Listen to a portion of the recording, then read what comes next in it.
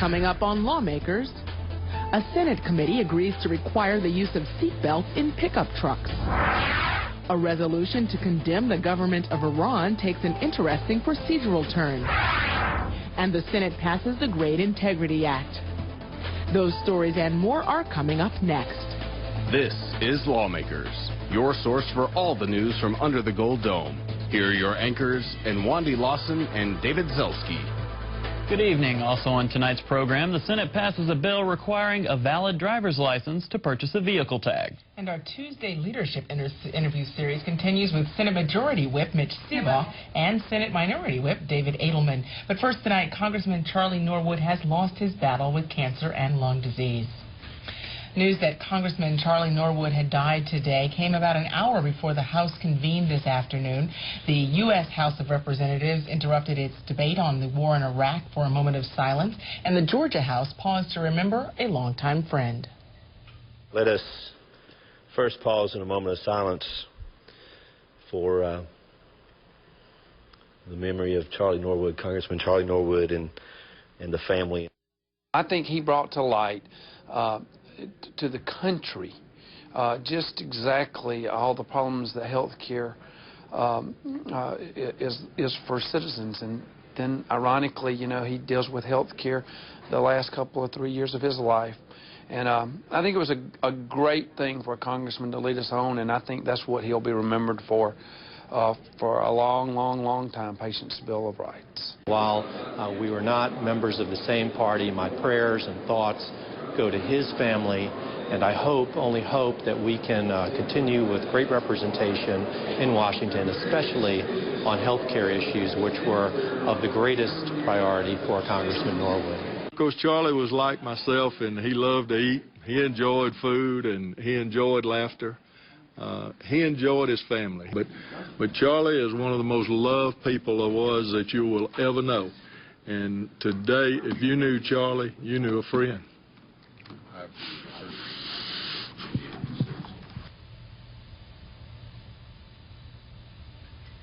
The vacancy created by Norwood's death won't be filled immediately. Governor Perdue is expected to submit an official request for a special election to Secretary of State Karen Handel within 10 days. The election will be held no fewer than 30 days later. The Senate Public Safety and Homeland Security Committee gives overwhelming passage to a bill that would require seatbelts in pickup trucks. Lawmakers Sandra Parrish joins us live with more. Sandra. David, Senate Bill 86 by Senator Don Thomas is a measure some lawmakers say is long overdue, but it's an issue that's been brought up repeatedly over the years to no avail. Only Georgia and Indiana don't have the buckle up in pickup trucks legislation. Senator Don Thomas says his statewide smoking ban met opposition too, but after it finally passed, he says everyone he's heard from has been happy with the outcome. He says this bill has a couple of good reasons to pass. The savings, or we get back, and this has been approved by the U.S. Department of Transportation, National Highway Traffic Safety Administration, that we have their pledge that our language in this bill does qualify us for $20,698,353 in federal funds that will come to our Transportation Department. But to me, that is not the real issue. The real issue is the hundreds of lives and the thousands of very serious injuries that this bill will save. We estimate that if this bill was enacted, we'd save about 22 lives per year that currently we're losing in Georgia. That's taking a modest 25% savings in the lives that occur now, that 180 plus that we're having each year on average. The key is here we have a huge segment of our population that is not being covered under the current law. And we want to do everything we possibly can for a variety of reasons to make sure that people are safe in their vehicles. But not everyone on the committee chose safety over liberty. My failure to wear a seatbelt does not make me a hazard to any other person. My failure to wear a seatbelt creates a hazard for myself. And I drive a pickup truck. And I very consistently wear my seatbelt. And I just, I don't know where we go from here. I think this is very much about principles. Senate Bill 86 passed the committee with a vote of 9-2 and now heads to the full Senate. Reporting live, I'm Sandra Parrish for Lawmakers. Thank you, Sandra. The Senate unanimously passed a bill that requires Georgians to have a valid driver's license before purchasing a tag for their vehicle. Senator Chip Rogers explains Senate Bill 38. Right now in the state, from the time you purchase a vehicle, you have 90 days to register that vehicle. Once you move to Georgia and you're a legal resident here, you actually have 30 days to get a driver's license. So we're simply saying you need to get the driver's license before you register the vehicle, unless you are exempt from receiving that driver's license, and that is clearly spelled out in the bill. Now, Senator Rogers says this bill would close a current loophole and keep people who don't qualify to drive in Georgia from slapping a license plate on their car. Senate Bill 38 passed by a vote of 50-0 and now goes over to the House. A Senate resolution's passage through committee today required some procedural maneuvering by the chairman. The resolution is offered by Senator Judson Hill, and it condemns the Iranian government for alleged actions, including nuclear arms development. Lawmakers Jesse Freeman joins us with more. Jesse. And Wandy, Senate Resolution 81 wouldn't require any specific action. It's largely a formal statement that Sponsor Judson Hill says would send a message to our federal government. In our current struggle against terrorism, no country is more uncertain and dangerous than the country of Iran. And with an uncompromising foreign policy and repressed trade, it often feels like the only commodity that Iran exports involves disdain for Western culture. The leadership of Iran has dangerous nuclear aspirations, and they must not be allowed to carry out these threats against Israel, the United States, or any other peaceful country. Nuclear weapons and the ideology of Wahhabism are a dangerous combination that must be prevented. We should ask that the leaders of Iran can reconsider the path they've chosen and ask that the UN Security Council take action against nuclear proliferation. The resolution passed unanimously, but more important is who voted for it. 2 ex officio members were part of the committee's quorum. They are both Republicans, and they voted in place of the 3 Democrats who were on the committee. All were absent.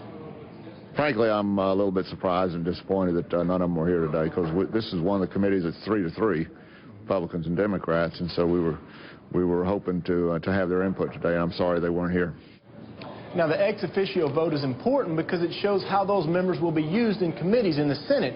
The position is new to the chamber. Unlike the House, where hawks are permanent positions, committee chairmen in the Senate will request appointments from the lieutenant governor. Senator Douglas says he requested the votes before he knew the Democrats would not be there. Reporting live, I'm Jesse Freeman for Lawmakers. Thanks, Jesse. The Senate passed a bill today which prohibits teachers from being coerced into changing a student's final grade. Senator Chip Rogers sponsors Senate Bill 9. The Grade Integrity Act of 2006 passed unanimously in this body last year. It then passed the House unanimously, but with a little addition that dealt with Hope Scholarship, and that Hope Scholarship addition cost us, it was estimated by some people, around $40 million, and that was why this bill ultimately did not pass through both bodies and get laid on the governor's desk.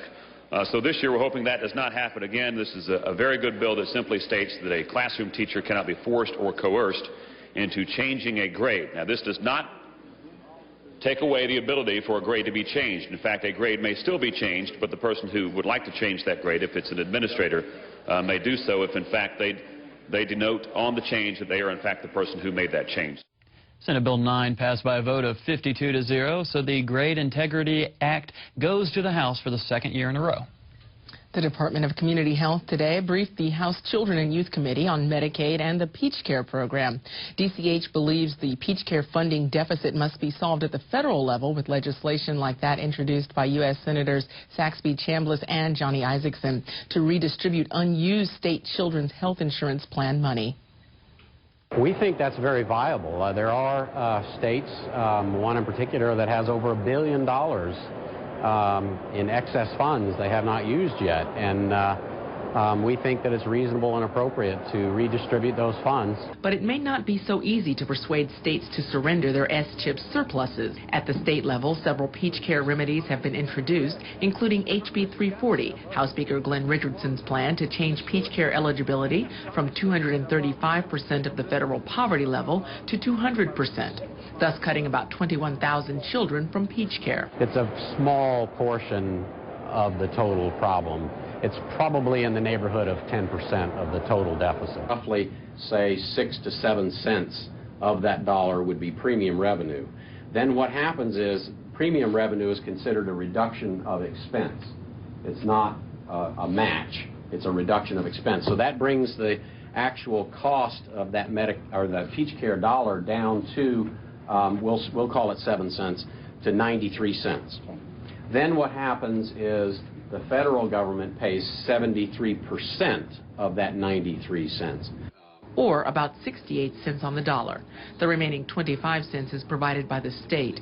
Several members of the House Children and Youth Committee expressed concern about ineligible families using PeachCare, including those with high incomes and undocumented workers. How do you verify the income and eligibility of those parents in a system that is designed for folk that are documented? We actually find about 3% in the validation of income that we've done so far that are actually over income. I don't know that we'll find another number as we delve further into that. 3% is a significant number, but it's certainly not, a number that would solve the whole deficit problem. Beginning July 1st, Department of Community Health plans to validate all PeachCare applications for income and citizenship qualifications. Senator John Wiles sponsors a bill which focuses on the legal way landlords regain property when the tenant doesn't pay. Wiles says Senate Bill 94 is more of a clarification than a changing of the law. The first section 1 of this bill simply clarifies that a writ of possession is just a way to get your property back, and the court can impose additional duties on the landlord, such as having to clean up the space or dispose or store the property. And the second part of it is section 2, and this is one you need to listen to me about just a little bit. The statute has been abundantly clear for about 25 years that if you swear out an affidavit, which is what you do to get a dispossessory, the other side is served and they don't answer the lawsuit, they don't file an answer, that you don't have to go to a trial to get a judgment against them. It's been the law, but apparently a couple courts have found that it's not clear enough, and so I'm not really changing the law, I'm just clarifying it. Also in the Senate today, Senator Preston Smith presented legislation which changes the way taxes are handled for property owners whose land extends over county lines. He says Senate Bill 58 should make the tax situation easier for both the landowner and the county. The code section allows for people to pay their taxes to the senior-most county. That is the one in which the most land is held.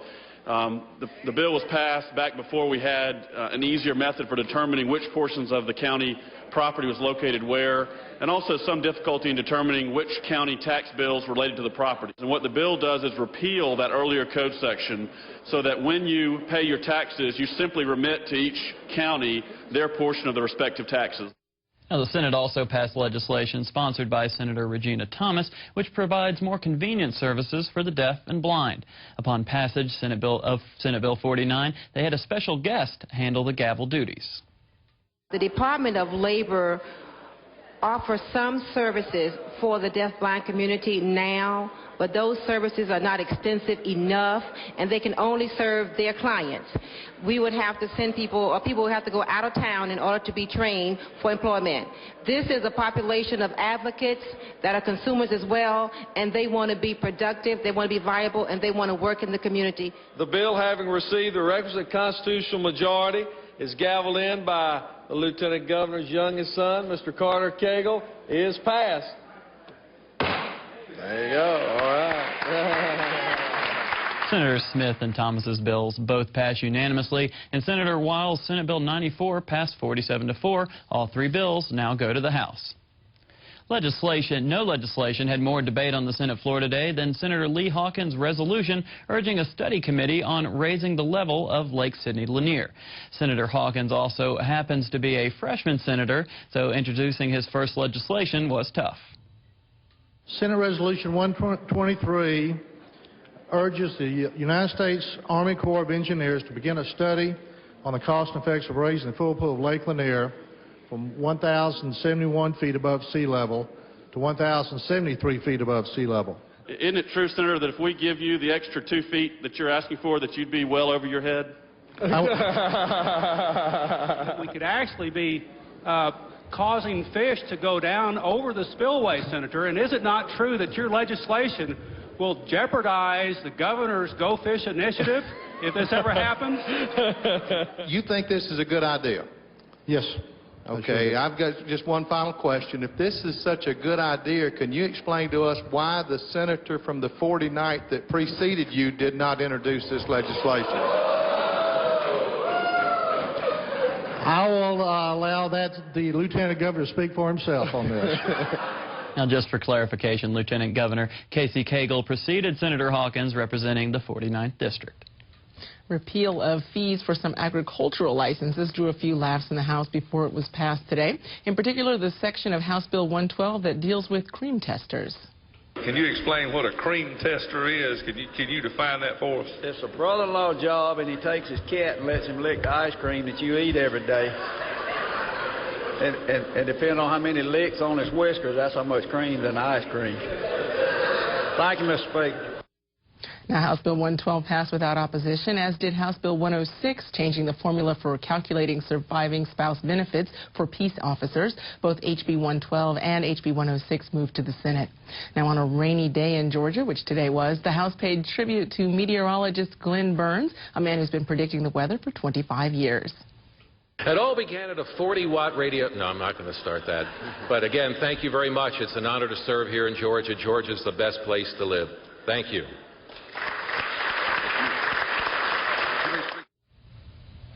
We begin our weekly Tuesday leadership interviews with Senate Majority Whip Mitch Seaball. I began by asking him about the federal funding shortfall for Georgia's PeachCare program. We have a task force right now, and I commend Lieutenant Governor Casey Cagle for putting together a task force and looking at not only the options of what we need to do to bridge the gap this year, but what can we do to find long-term solutions so that we don't ever have to face this kind of situation again. And so we make sure that PeachCare for Kids is very sound and effective for all the kids that are part of the program. You mentioned Lieutenant Governor Casey Cagle. His first two education initiatives, the charter school and career academies, passed the Senate very successfully. What does that mean for him being Lieutenant Governor and the Senate as a whole? Well, this is new waters for us in that, for 4 years we had a Democratic Lieutenant Governor who didn't work with us on every issue, but now we have a Lieutenant Governor that's providing some vision and has some initiatives like that, and so we're like a support team instead of having to be the lead team in pushing certain issues. So we have another voice to provide us with some, like I said, some vision and with some ideas along with our governor and with the two bodies that we have. So I think what people will get is bigger ideas and more well thought out ideas, and an opportunity of bringing the Senate together in a much more collegial manner as we debate these issues and move forward. Now, we are about halfway through the session. What are some other issues that you believe you and the rest of the Senate needs to bring up for 2007? Well, I think that there's a lot of things that are out there on the table, and we're going to see, the governor has his initiatives, and with regard to like Hope Chest, I think that is a very, very important thing for us to pass, to look at the Hope Chest initiative. And in the Senate, we have all kinds of issues ranging from something that I've had an opportunity to be a part of, the Real ID Act, and we have some bold ideas with regard to taxation. I'm really looking forward to Senator Chip Rogers and a bill I've had an opportunity to work on the Tax Expenditure Limitation Act, and changing the way that our government functions with its budget from year to year and giving people an opportunity to voice on that. And of course the House is trying to lead on many tax issues and tax reform, and of course they get the first cut of the apple when it comes to tax reform, but the Senate will have their opportunity when bills come over from the House to implement our ideas when it comes to tax reform. For those watching and see the title Majority Whip, real quick, what is the role as Majority Whip? The term whip comes from the fox hunting, the whipper.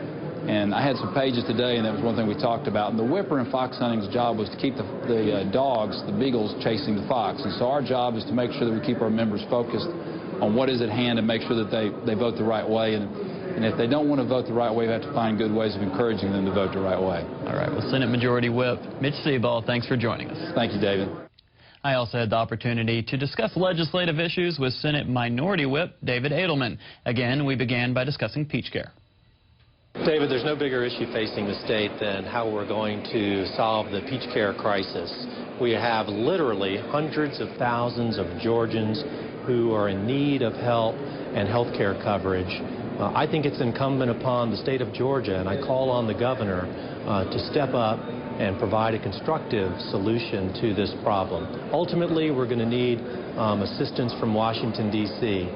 But I understand from the campaigns last fall that the state of Georgia has hundreds of millions of dollars in reserves and a surplus that we should bring to bear in Georgia for Georgia's children. Shifting from health care to transportation, let's talk about some of the things that you think need to be done with mass transit and things related to that. Look, at the end of the day, the transportation issues, especially in metropolitan Atlanta, can't be solved by building more roads and widening more intersections. Traffic is horrible, especially in Atlanta, and it's going to require a true commitment to alternative transportation.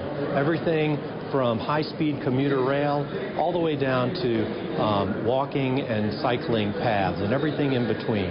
And we can't do that without real bold leadership on these transportation issues. I'm hopeful that the General Assembly will finally give way to alternative transportation and provide a serious, bold vision that includes funding for rail, bus service, bus rapid transit, bicycle paths, and the like.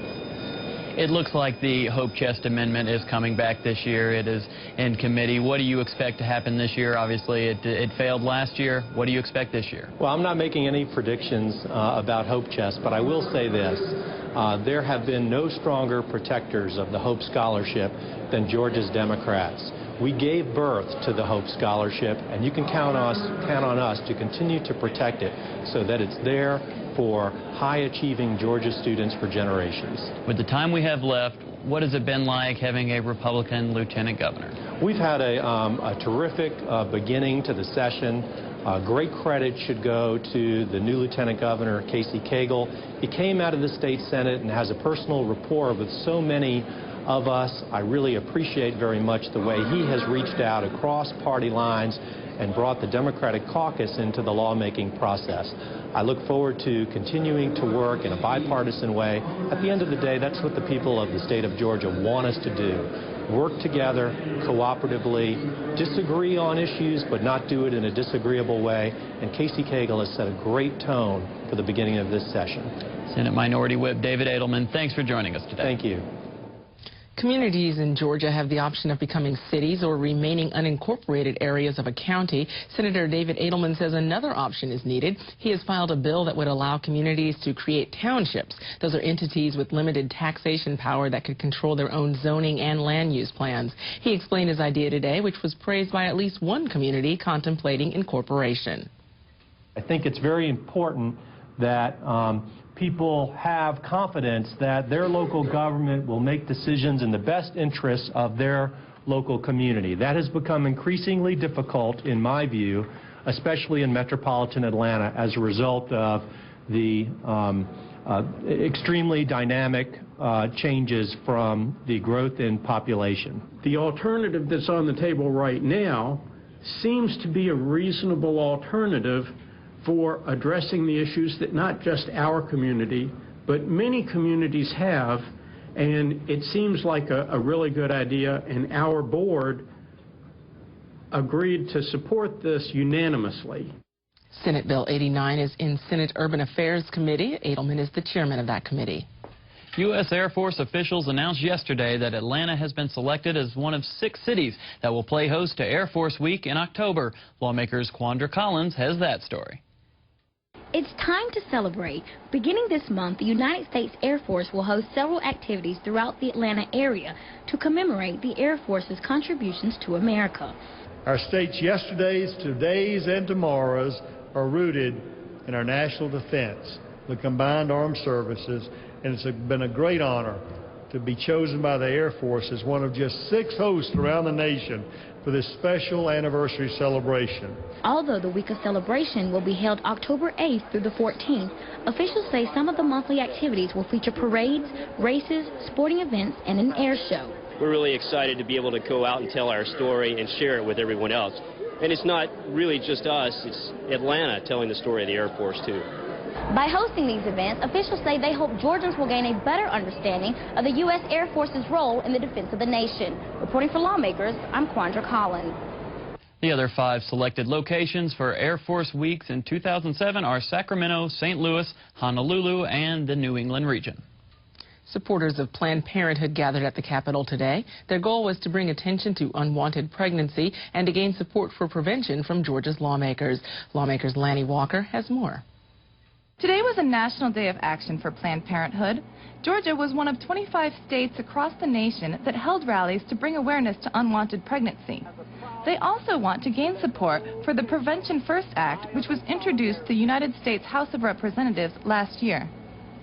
The congressional bill that's moving forward, Prevention First, makes all the sense in the world. We need to be doing that here in Georgia. We have a job to do in this state, and it's not about trotting out sonograms and putting them on every street corner, and it's not about berating women and damaging women and challenging women and threatening women. We've been working all year, Planned Parenthood and Georgia Parents for Responsible Health Education, on an effort to educate Georgia parents about the importance of getting good, high-quality sex education in their schools, as opposed to abstinence programs which exist in many Georgia public schools. So much of legislation is about restricting access and putting rules and barriers, and what we're here today to talk about is really prevention. We hope to be able to drop some bills here early next week. Prevention, not intervention, was the message that those that spoke here today sent. How Georgia's legislators will respond to this message remains to be seen. Reporting for Lawmakers, I'm Lanny Walker. And today was also Rally Day at the Capitol for a group of Metro Atlanta Presbyterians. Lawmakers Corey Daniels has that story. Forming relationships with members of the General Assembly by attending meetings and hearings is an important part of Rally Day here at the Capitol. Every year we have what we call Presbyterian Rally Day at the Capitol. We meet at Central Presbyterian Church in the morning, and then we break out into small groups based on different interest issues that are before the legislature at this time. And different groups have the opportunity to learn more about those issues, to meet with some legislators. In our religious tradition, the highest calling of all is not the preacher, but it's the public official. Because the public official is to help form society in a way pleasing to God.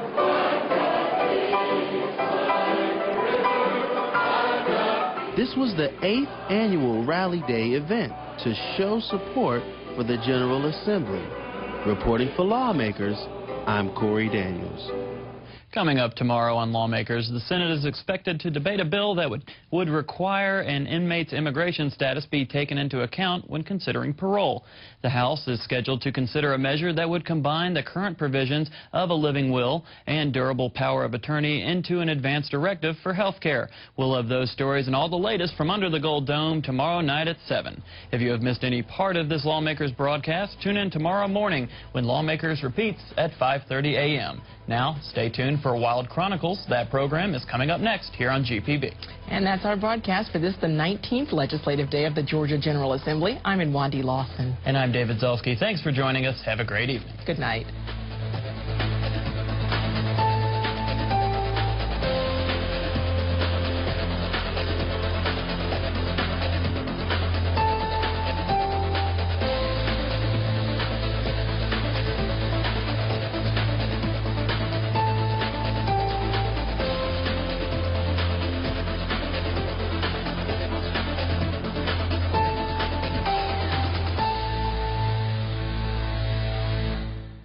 This has been a production of Georgia Public Broadcasting.